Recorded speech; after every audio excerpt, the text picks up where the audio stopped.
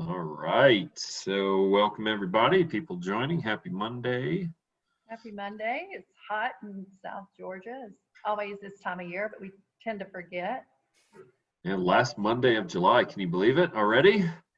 Wow. Schools are going to still start here. I think our kids were hoping they would delay till after Labor Day so they could do one more beach trip, but Yeah. that didn't happen. But we'll see. I'm getting us going on Facebook. All right. There we Hold go. on a second. Yeah, I think there's a lot more tuning in on Facebook now, huh? Yeah, it's the easier way to do it. It I is, have to yeah. admit. You Yeah. don't have to register. You can just hop on. Are we on? Let's see. Exactly. Yeah. Oh yeah. I've got it showing up on mine. Okay, perfect. Awesome. Hey, Remco, it's so good to see you. Haven't seen you in a while, but you may be hiding, just showing us your number a few times. People got sneaky about that. I know, but I log in when I can. Exactly. We got Lance. Hi, Lance. See you How guys. doing? Man, all right. Lance, is that a self-portrait back there? Oh, all right. Good. We got Amanda. Gosh, Amanda, it's so good to see your name up there. And Amanda Devontae. did. All Got right. Michael Young coming, who's a pretty new dad, right, Michael? Didn't you just have a baby not long ago? Or is that a... Congrats, Mike Young. Yeah. Look, he's still connecting. All right. Still connecting. Yeah. We got Chris, Brian. Well, great. Well, we will, and there's Lori Colin. Hi, Lori Colin. Good to see you. Whoa. All right. Michael, we were commenting, you're a new dad, right? You're on mute, but let's see. Let's unmute you real quick. We'll hear about being a new dad. You're a new dad, right? I am, yes. She's almost 4 months now, actually. In a week and a half should be 4 months, which is crazy. Oh, But awesome. So, congratulations. Yes. thank you, guys. Congratulations. Well, Nice great. job. All right. Well, Josh, why don't you get us started? Okay, good. Well, we've got just 30 minutes here, so let's get going. We have a great episode today. We're talking to Tim McGhee, so we're going to hear a lot about technology. I'm very excited. 5G is something I've been very interested in. Maybe you can dispel some of those conspiracy theories too for us, Tim. I know there's a lot out there about 5G for some weird reason. As always, guys, if you're new here to the group, please, throughout the conversation today, there is a chat bar. So if you have any questions, thoughts, or comments, we'd love to field questions as much as we have time for. So please put those down in the chat box. Please also visit us online on Facebook. You can see everybody here as part of that group, and you can connect, and we don't have a lot of time to say hello like we'd want to, but we can connect online and see how everybody's doing and network and everything else. So please go there, and we'll also have this episode recorded for you to see there. So let's get going. Dill, a short message from your side. Yo, let's do this. The sea is dangerous, storms are terrible, but these have never been sufficient reasons to remain ashore. Unlike timid souls, intrepid spirits seek victory over those things that seem impossible. It is with an iron will they embark on the most daring of all adventures to meet the shadowy future and conquer the unknown. Welcome. Hey, so today, the one thing I wanted to talk about today for a minute was a lot of you guys met me maybe for my dearest friend of mine has passed away. It was about 10 years ago, about today almost, Max Helton. And Max traveled the world with me. He became the chaplain of Ignition, and we called it the Ministry of Hanging Out. And the reason I share that today is because, you know, if Max was around, he'd be the star of the show because he sort of just had this thing. He didn't try to shove Christianity down your throat. He didn't try. He was just about being a nice person. And so if and I get a little teary-eyed thinking about it, but Max, I think the first thing that happened, and I'm going to quickly tell you. So I met Max with Susan in 1999 because Susan could sing better than anybody else at NASCAR church. Max came up to Susu. Where did you learn the words? No one knows the words. Then fast forward 2004 or three, whatever, the first F1 race in Indianapolis. I'm standing there. I'm the sponsor of the F1 team, Vodafone. I'm the guy. And here comes this guy walking up to me, Max. He said, "Hey, Phil, can you get me in the paddock?" I go, "Max, no one get in the paddock at F1. And long and short is, I got him in the paddock, and Max Helton spent 3 years at every F1 race that he could go to, being Michael Schumacher's mensch. Pretty cool ministry hanging out story. And that's what I think about when I think of Tim McGhee. I've known Tim forever. And, I met him, and next, it's pretty cool. So I'm going to turn it over to Sunshine, but just think about, a lot of you people know Max, and I give him a positive thought today. So maybe why Dill brought Max up was when you see the Dive In with Dill video this week, you'll know that he cannot sing. So that's a teaser for what's coming on the little 1.5-minute video this week. So yeah, we're excited to have Tim with us today. I was looking back over Tim's bio, and he's showing off his alma mater, Cornell, and his back screen right there.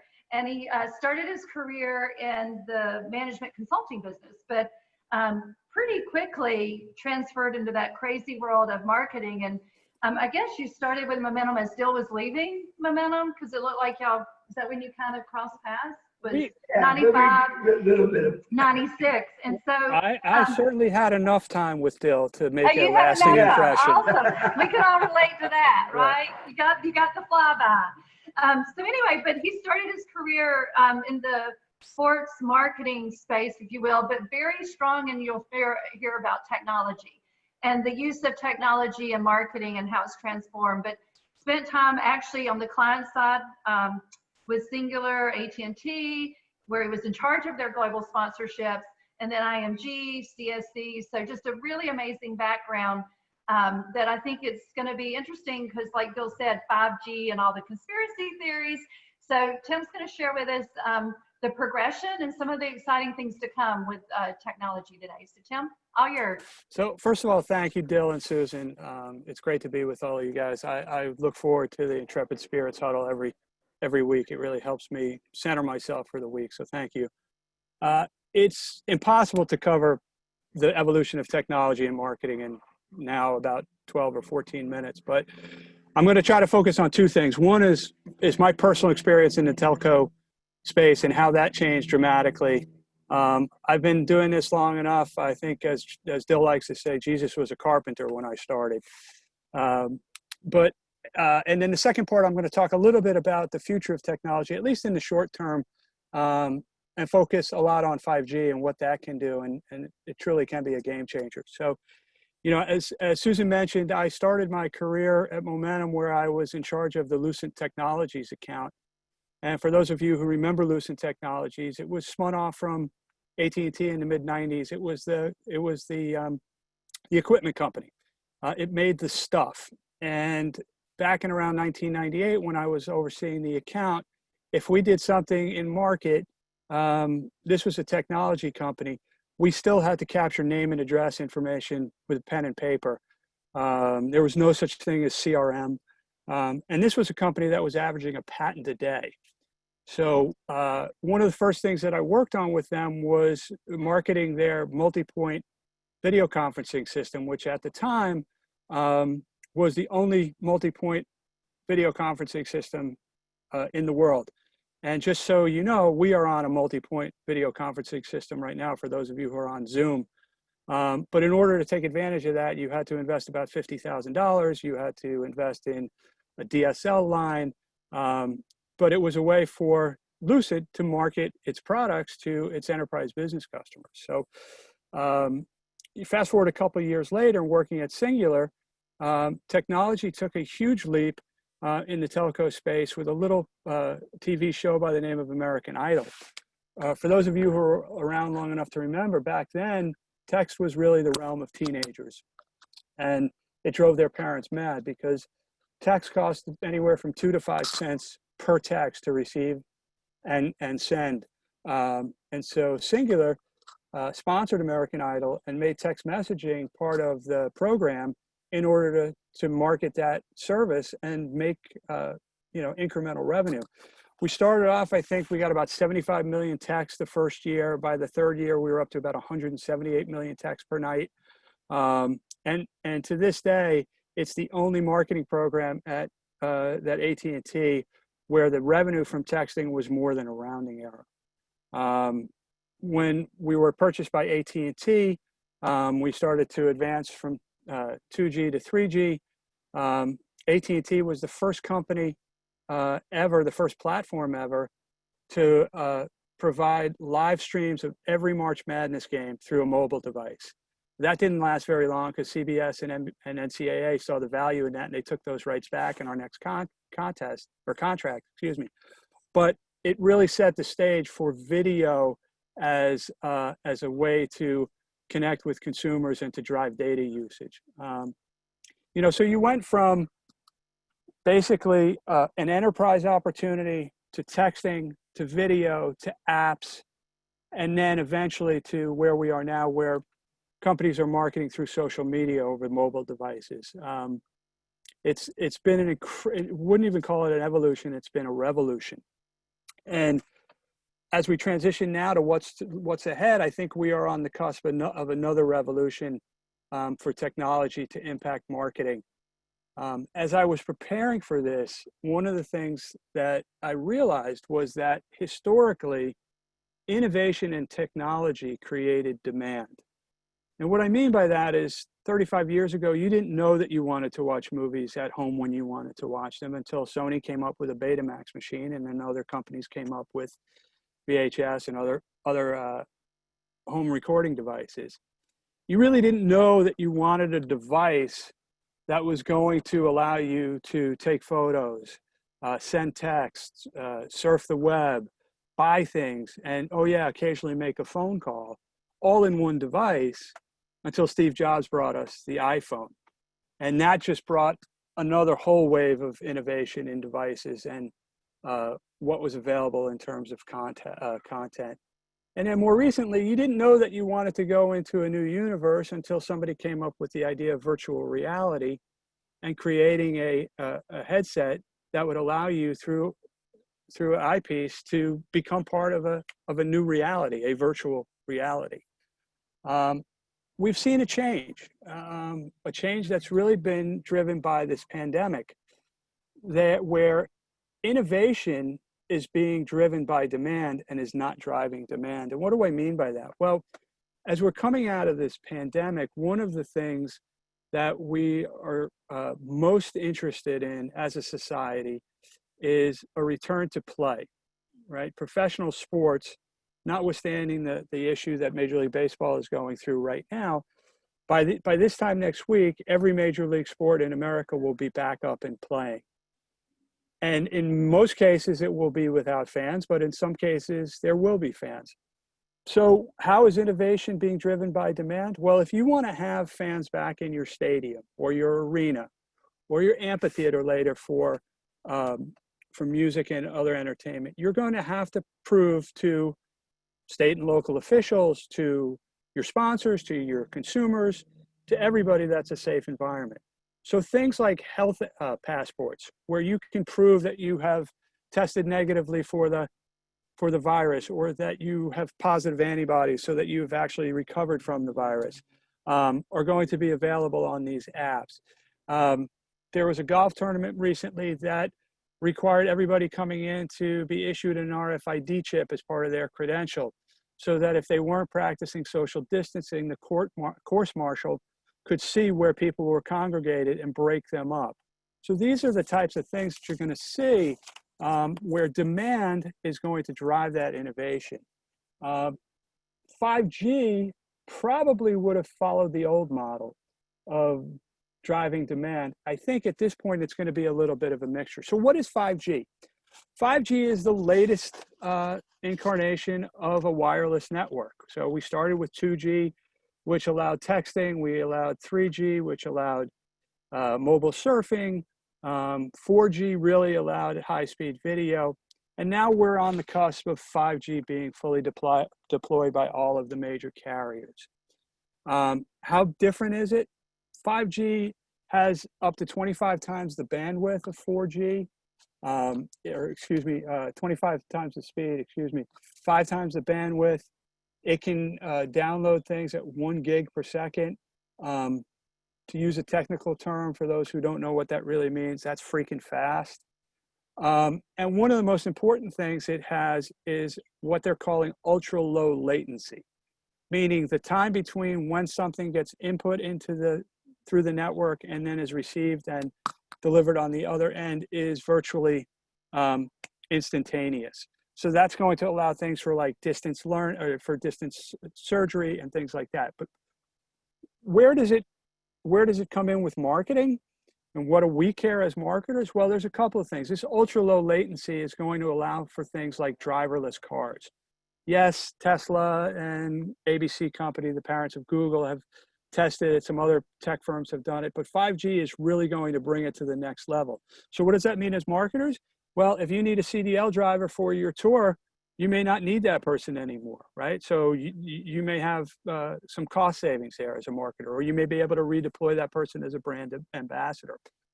Drones are going to be much more prevalent. So that taking that last mile in delivery is going to be much more prevalent. There's talk that 5G will replace satellite TV as a way to transmit video content, right? To be able to go over a wireless network with no buffering or latency is going to be a big game changer.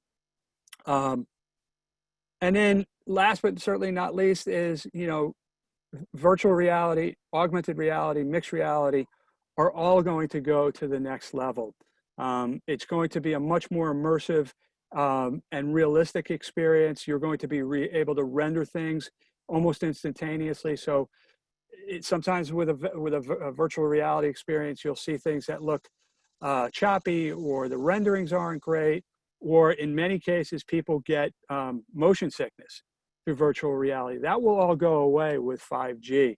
So as marketers, we've got to embrace that going forward. And one of the really interesting things, and you've probably heard about this, in the past, is what they're calling haptic feedback, meaning that you will have a sense of touch through 5G. If you have a 5G connected glove or something like that, which will bring that haptic feedback, that sensory experience to a whole new level.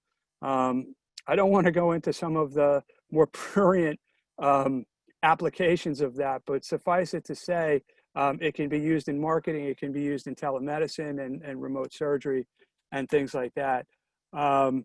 What does it mean also for marketers? That this higher speed is going to be website optimization for mobile is going to be much quicker and much more important. Speed optimization of content delivery is going to allow marketers to provide a better customer experience. There's going to be more content that can be delivered in less time. And then overall, it's just going to be a better customer experience. So I think as I'm looking at my time here, I've got a couple more minutes. What I want to talk about is what Josh brought up, is that 5G, I can assure you, is not creating COVID. It is a wireless, low frequency technology that is not dangerous. It does not cause COVID. It does cause loss of hearing in teenagers, or at least it seems to in my teenagers, because they don't seem to hear me when they're on their phones. But I can assure you that 5G, like its predecessor networks, is completely safe. With that, I think I actually came under my time because I was so worried about going over. So I want to say, great. No, you're unbelievable. So Tim, Insights, questions, Josh. no, Josh, if you don't mind, before I do this, I have waited 25 years for a forum to do this, and by God, I'm going to take advantage of it.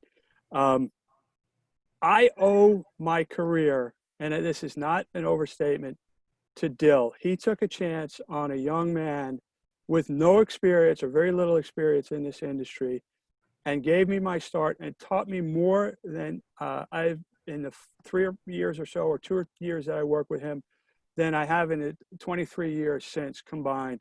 And I still quote Dill at least once or twice a week. And the other thing that he gave to me was, when I started in this industry, I made it my mission to pay it forward whenever possible.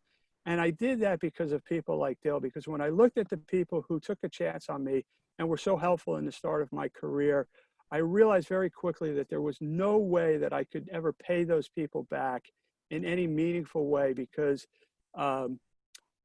they were going to be more successful than I could ever hope to be. So what I did was decided to, instead of trying to pay it back, which would have been a fool's errand, was to pay it forward. So Dill, thank you. I can't thank you enough.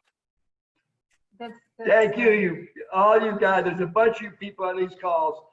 And Tim, thank you. And yeah, when the tears stop, I'm not crying, you're crying. Josh, let's get some questions going. Somebody else take charge here. Tim, I'd like to know, what's the timing of 5G? And, is it going to definitely do more metro and then slowly trickle to rural, which is traditional in technology world? Yeah, it has been deployed in some major markets. I know Verizon is deployed in LA and New York. If they haven't deployed in Miami, they are. AT&T was taking a similar route. Not surprisingly, Atlanta, where AT&T Mobility is still based, was going to be one of the early cities. But I'm not sure how the pandemic has slowed it down. But I think what you'll see is an acceleration of the deployment of 5G.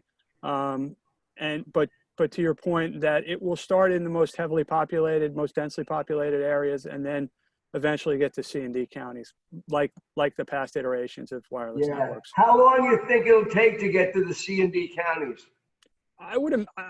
It's hard for me to say because I'm not working on a day-to-day basis. I would imagine in the next year or so. Okay. So 18 months. Because I guess as a marketer, that affects, how you build your programs, right? I would assume that if you're building something for 5G, it of course doesn't work as well on 4G or, whatever previous was. So you have to think about that transition, correct?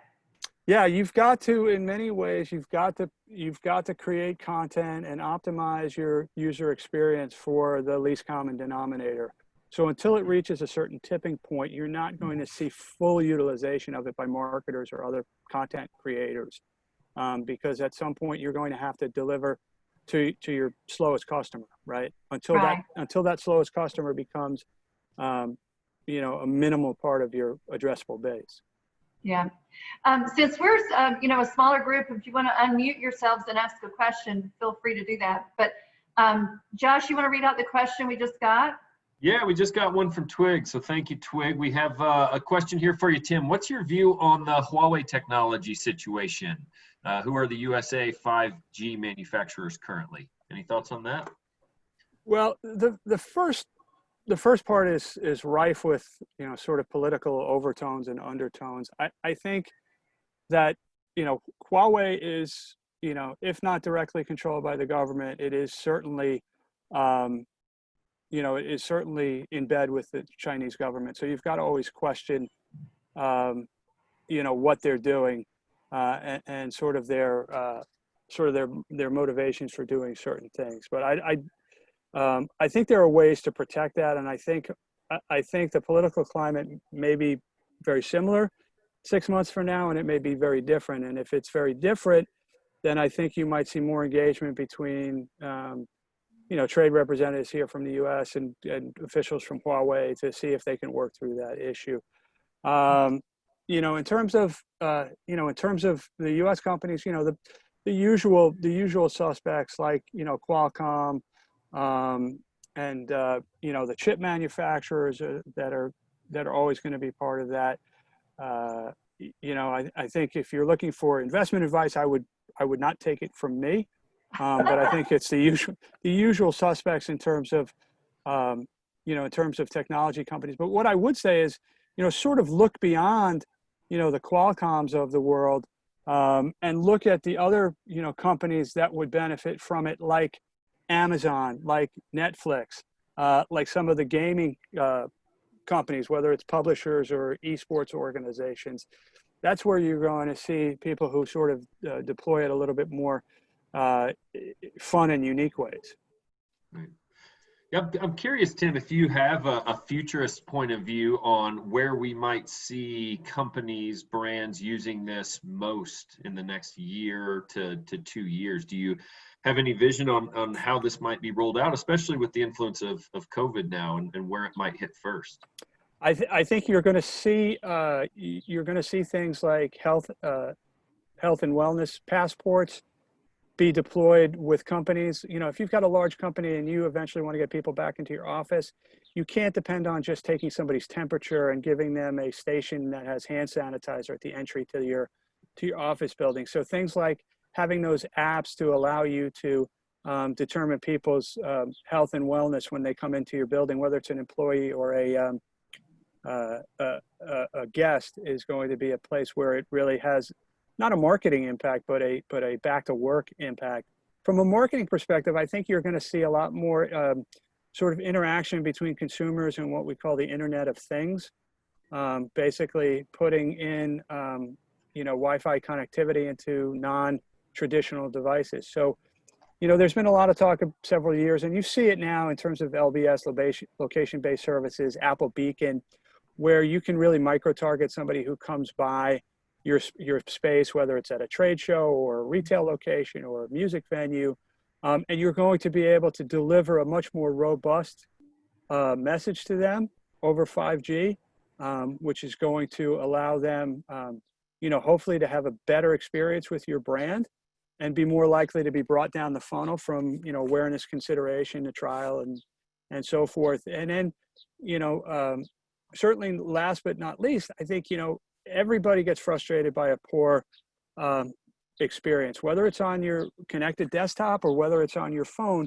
You're much more likely to leave that engagement with a brand if something slows down or isn't completely seamless. So when you take millions and millions of consumer engagements and you take that for argument's sake, 2% bad experience down to a 0.2% bad experience, the law of large numbers indicates that your incremental revenue potential is enormous that way. Mm-hmm. Yeah, that's interesting to think about.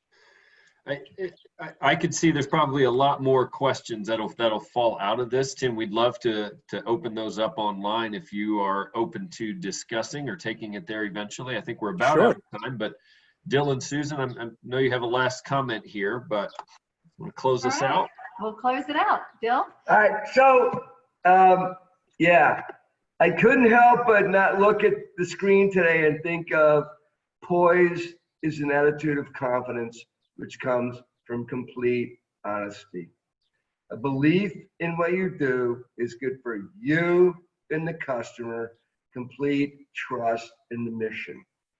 Because right when Tim came on board, we sort of wrote that with the guy. I told you that story a long time ago, but I will never forget that. And Tim, you brought me to my knees, and I just thank all you guys for being here. Our dedication, the dedication, I think, has got to be to these. This will sound crazy, but all the private schools like Northwood, where I went, and a lot of them, the Gunnery, all these schools, they are struggling, and they might just, if